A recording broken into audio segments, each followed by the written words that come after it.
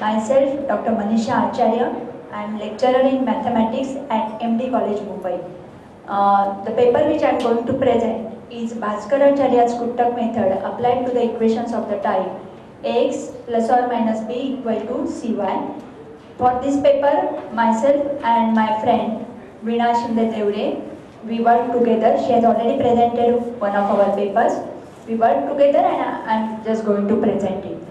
Actually, Kuttak method has been discussed by Madam and also the first speaker today. So actually, I don't emphasize on what is Kuttak equation, but still I would like to tell this thing which I am going to use. The Kuttak equation is an equation of the type X plus or minus b equal to Cy, and notations or the definitions which we are going to use is A is called as Bhajya, B is called as Shepak, and C is called as Har. X, Y are unknowns. To solve the equation means to get integral values for unknowns, that is X and Y. Nowadays these equations are called as Diophantine equations. Now for this method we have referred to Lilavati, in which Bhaskaracharya has elaborated the method for solving Kuttak equation. So in Lilavati, from slok number 235 to 239, Bhaskaracharya has elaborated the method for solving Kuttak when Shepak, that is value of b, is positive. Then from shloka number 240 to 242, which I have not mentioned over here because there he has considered particular examples of Kuttak. Then in shloka number 243 he has given the method how to solve the Kuttak by replacing Shepak by b by 1. So b can be any value, but Kuttak can be solved by replacing b by 1, and how to solve that has been explained in shloka number 243. Then in shloka number 248 he has given the method how to solve Kuttak when Shepak is negative. So there is a slight modification in methods when Shepak is positive and Shepak is negative. So from shloka number 235 to 239 he has explained the method for positive Shepak, and in shloka number 248 he has explained the method for negative Shepak. So that's what I have mentioned. But before explaining his method or his algorithm, I would like to explain the method by considering particular example. So the example which I have considered, the Kuttak equation, is 100x plus 90 equal to 63y. So the most important part is the equation is solvable only when the GCD of 100 and 63, that is A and C, or the GCD of Bhajya and Har divides B, that is Shepak. If Shepak is divisible by that GCD, then only the equation is solvable. Then, as I mentioned earlier, here I am going to explain the method by replacing Shepak by 1. So instead of 90, now we consider the equation with the Shepak 1. So now we consider the equation as 100x dash plus 1 equal to 63y dash.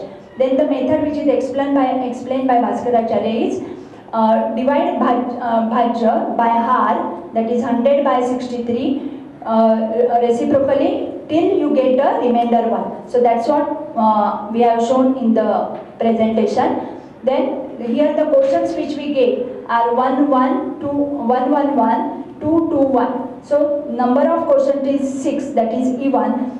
So with these questions, what is important is to form a Valli. So in Valli is formed by putting the questions one after other in succession, and after putting all the questions, put 1. Now that second last one is nothing, means last number is 0, and the number before the 0 is 1, which is a Shepak. So after putting all the questions in Valli, put value of Shepak, and at the end put 0. And then using these values in the Valli, we form a second column to get the values of unknowns, that is X and Y. So to get the values of unknowns, we have to form the second column. So how to form the second column? For that, firstly, you multiply, you consider the second last element, that is 1, multiply this one by the upper value, that is 1 into 1, and to this product add the last value, that is 0. So the value which you get is 1 into 1 plus 0, that is 1. So that is the last element in the second column. Then you go on computing the second column. For that you multiply this value, last value, by diagonally opposite element in the value, that is 2. So 1 into 2, to this product add the Shepak, that is 1. So 1 into 2 plus 1 is 3. So that is the second value in the second column. Then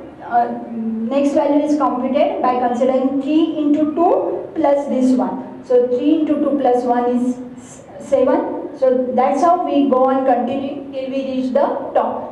Then the upper values which we get, 27 and 17, they define the values of unknown. So here 27 is the value of y dash and 17 is the value of x dash.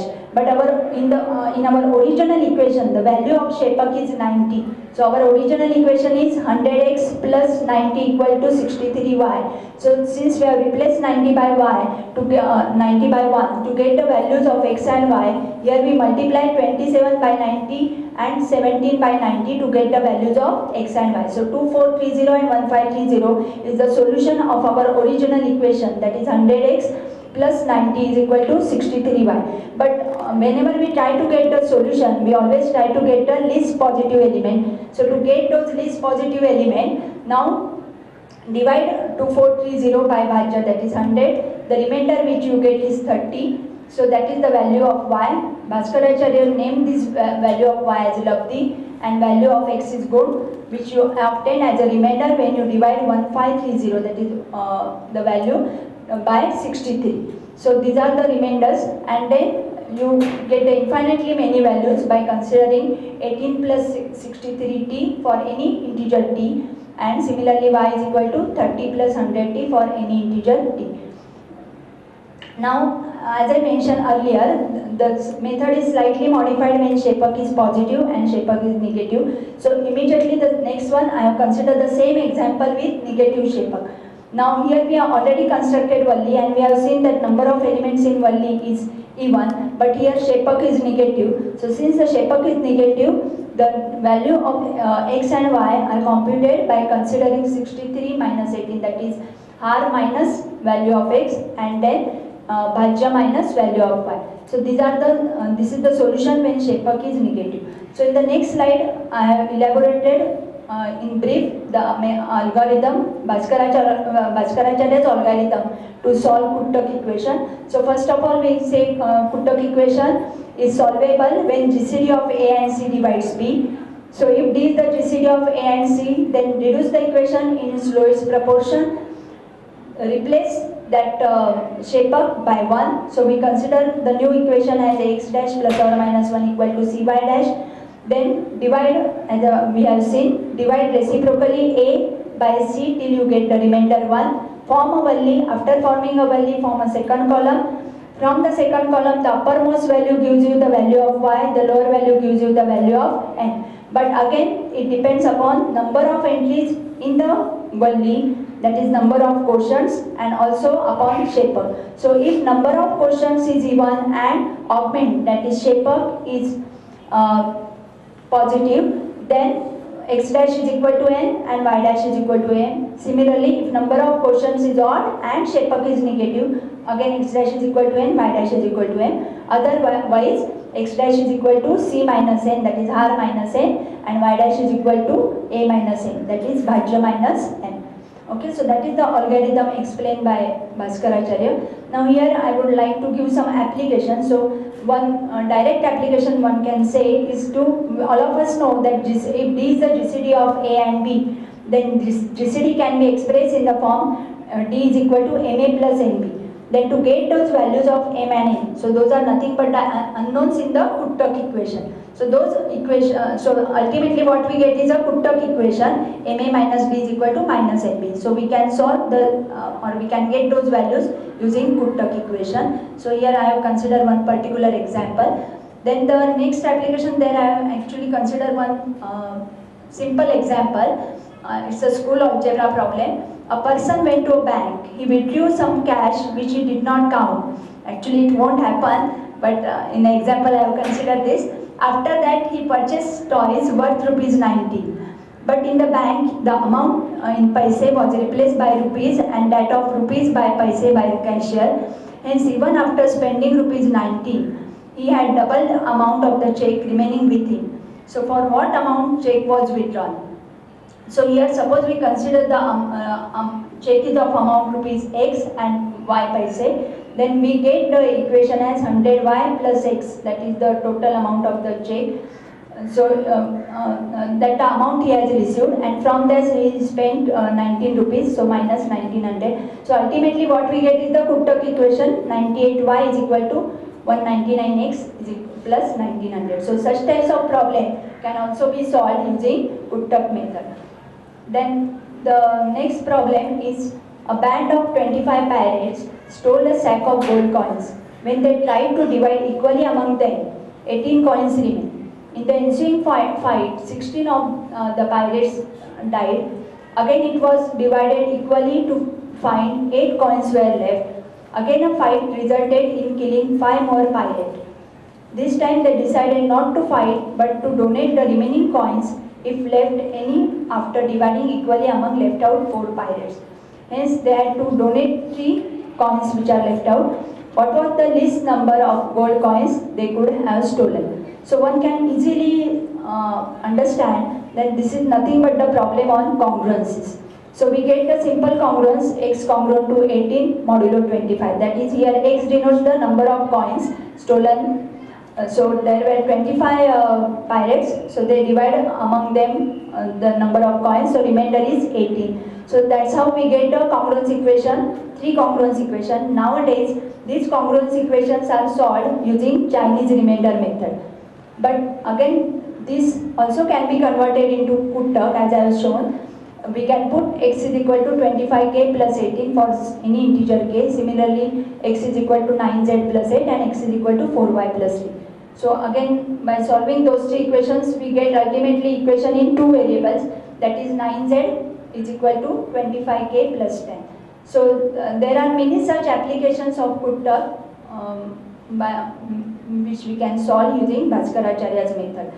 So to conclude my presentation, I would like to narrate one anecdote. In an interview, an IMM student was asked whether he should be asked 10 easy questions or one difficult question. Being an intelligent student, he said, ask me one difficult question. So an interviewer asked him, tell me what is the first, day or night? So the student immediately said day. Then interviewer asked, what about night? Then student said, you are supposed to ask me only one question. So that was Bhaskaracharya. He always thought out of the existing framework. Thank you.